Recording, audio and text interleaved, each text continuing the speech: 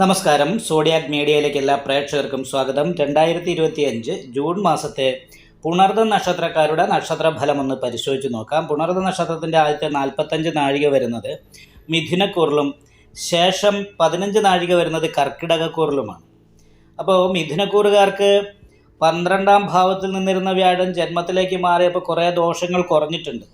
അതിനോടൊപ്പം തന്നെ 4ാം ഭാവത്തിൽ നിന്നിരുന്ന ഘണ്ണകാരകനായിരിക്കുന്ന കേതു മാറി. അപ്പോൾ ഭവന സംബന്ധമായിട്ട് വീട് വിട്ടു നിൽക്കുക, വീടുമായിട്ട് ബന്ധപ്പെട്ടുള്ള കലഹങ്ങൾ, മാനസികമായിട്ടുള്ള ടെൻഷൻ, ഇങ്ങനെയുള്ള പ്രശ്നങ്ങൾക്ക് വ്യത്യാസം വന്നു. എന്ത് തൊഴിലെടുത്താലോ തൊഴിലിൽ മുടക്കം വരികയും അഭിവൃദ്ധി ഉണ്ടാകാതിരിക്കുകയും ചെയ്യുന്ന രീതിയിൽ 10ാം ഭാവത്തിൽ അമൃതവർഷ ഘണ്ഡകാരകനായിരിക്കുന്ന രാഹു നിന്നിരുന്നു.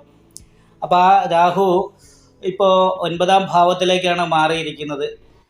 അപ്പോൾ ആ ഒരു ദോഷം മാറി. എന്നാൽ പോലും 10ാം ഭാവത്തിൽ ഇപ്പോൾ ശനിയാണ് നിൽക്കുന്നത്. ശനി ചന്ദ്രകേന്ദ്രത്തിൽ നിൽക്കുമ്പോൾ കണ്ടകശനിയാണ്. പക്ഷേ കണ്ടകശനി ആകുമ്പം ഉത്സാഹം വർദ്ധിക്കുകയും ചെയ്യുന്ന പ്രവൃത്തിക്ക് തക്കതായിരിക്കുന്ന ഗുണം കിട്ടേണ്ട സമയത്ത് അത് കിട്ടാതിരിക്കുകയും ചെയ്യുന്ന ഒരു തടസ്സമാണ്. നല്ല പ്രതീക്ഷ തന്നിട്ട് നിരാശ തരുന്നൊരു സ്വഭാവമാണ് കണ്ടകശനിക്കുള്ളത്. മാത്രമല്ല കർമ്മസ്ഥാനത്ത് നിൽക്കുന്ന ശനി എല്ലാ കാര്യത്തിലും അലസത വർദ്ധിപ്പിക്കും. അപ്പോൾ അങ്ങനെ ചെറിയൊരു പ്രശ്നമുണ്ട്.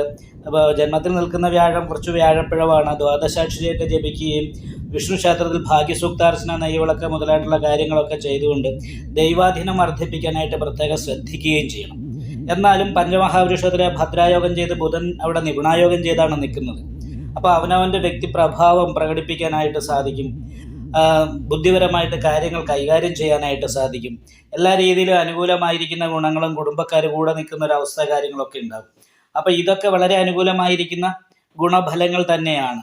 സർവാഭിഷ്ടസ്ഥാനത്താണ് ശുക്രൻ നിൽക്കുന്നത്. 5ാം ഭാവാധിപതി 5ാം ഭാവത്തിലേക്ക് ദൃഷ്ടി ചെയ്ത് നിൽക്കുന്നത് കാരണം മനസ്സിൽ ആഗ്രഹിക്കുന്ന കാര്യങ്ങൾ പൂർത്തീകരിക്കാനായിട്ട് സാധിക്കും. എല്ലാ ഭൗതികമായിരിക്കുന്ന സുഖങ്ങളും അനുഭവിക്കാനായിട്ട് സാധിക്കുന്ന സമയമാണ്. അപ്പോൾ ഇനി അങ്ങോട്ട് പുണർന്ന നക്ഷത്രക്കാരെ സംബന്ധിച്ച് ഈ മാസവും അടുത്ത മാസമൊക്കെ പ്രായേണ നല്ല ഗുണഫലങ്ങൾ വർദ്ധിച്ചു വരാനുള്ളൊരു യോഗമാണുള്ളത്. പ്രത്യേകിച്ച് ശ്രദ്ധിക്കേണ്ടത് 3ാം ഭാവത്തിൽ ഘണ്ണകാരകനായിരിക്കുന്ന കേതുവിനോട് ചേർന്ന് നിൽക്കുന്ന ചൊവ്വയാണ്.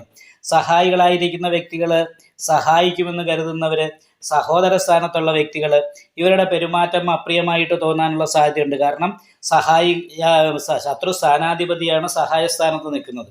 അപ്പോൾ സഹായിക്കുമെന്ന് പ്രതീക്ഷിക്കുന്നവരുടെ ഭാഗത്തു നിന്നുള്ള ശത്രുദോഷത്തിൻ്റെതായിരിക്കുന്ന ദുരിതം പ്രബലമായി അനുഭവപ്പെടാനുള്ള ഒരു സാധ്യത കൂടുതലായിട്ടുണ്ട്. അതുകൊണ്ട് ശ്രദ്ധിക്കുക. അതേപോലെ തന്നെ സുബ്രഹ്മണ്യ സ്വാമി ക്ഷേത്രത്തിൽ യഥാശക്തി വഴിപാട് ചെയ്യാം.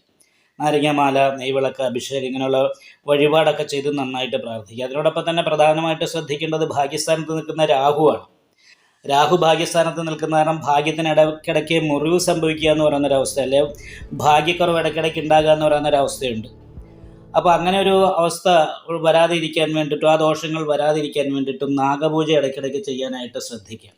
നാഗപൂജയൊക്കെ ചെയ്താൽ മേൽപ്പറയപ്പെട്ട കാര്യങ്ങളൊക്കെ അനുകൂലമായിരിക്കുന്ന രീതിയിൽ വരാനായിട്ട് യോഗമുണ്ട്.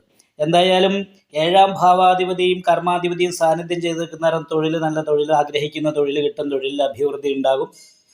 ദാമ്പത്യ സംബന്ധമായിട്ടുള്ള അനുകൂലമായിരിക്കുന്ന ഗുണഫലങ്ങൾ അനുഭവിക്കാനായിട്ട് സാധിക്കും. വിവാഹം ആലോചിക്കുന്നവർക്ക് നല്ല ബന്ധം വരാനായിട്ട് യോഗമുണ്ട്. പുതിയ പ്രേമബന്ധങ്ങൾക്ക് യോഗമുള്ള സമയമാണ്. ദാമ്പത്യ സുഖം അനുഭവിക്കാനായിട്ട് യോഗമുണ്ട്. പുത്രസംബന്ധമായിട്ട് അനുകൂലമായിരിക്കുന്ന ഗുണഫലങ്ങളാണ്. അപ്പോൾ പൊതുവെ ഇതുവരെ ഭവന സംബന്ധമായിട്ടുള്ള ടെൻഷനും കാര്യങ്ങളൊക്കെ അനുഭവപ്പെട്ടിരുന്നെങ്കിൽ, അല്ല വീട് മാറി നിൽക്കേണ്ട രീതിയിലുള്ള പ്രശ്നങ്ങൾ വരെ അനുഭവപ്പെട്ടിരുന്നെങ്കിൽ, ഇപ്പോൾ ഈ മാസം എല്ലാ രീതിയിലുള്ള അനുകൂലമായിരിക്കുന്ന ഗുണഫലങ്ങൾ പുണർന്ന നക്ഷത്രക്കാർക്ക് അനുഭവിക്കാൻ സാധിക്കുന്നതാണ്. നിങ്ങൾക്ക് ഈ വീഡിയോ ഇഷ്ടപ്പെട്ടാൽ ലൈക്ക് ചെയ്യുക. നിങ്ങളുടെ അഭിപ്രായങ്ങൾ കമൻറ്റ് ചെയ്യാം. ജ്യോതിഷവുമായി ബന്ധപ്പെട്ട കൂടുതൽ കാര്യങ്ങൾ അറിയാൻ ഈ ചാനൽ സബ്സ്ക്രൈബ് ചെയ്യുക. ഞങ്ങളുടെ ഓൺലൈൻ കൺസൾട്ടൻസി നമ്പർ താഴെ ഡിസ്ക്രിപ്ഷൻ ബോക്സിൽ കൊടുത്തിട്ടുണ്ട്. ആവശ്യമുള്ളവർക്ക് കോൺടാക്റ്റ് ചെയ്യാവുന്നതാണ്.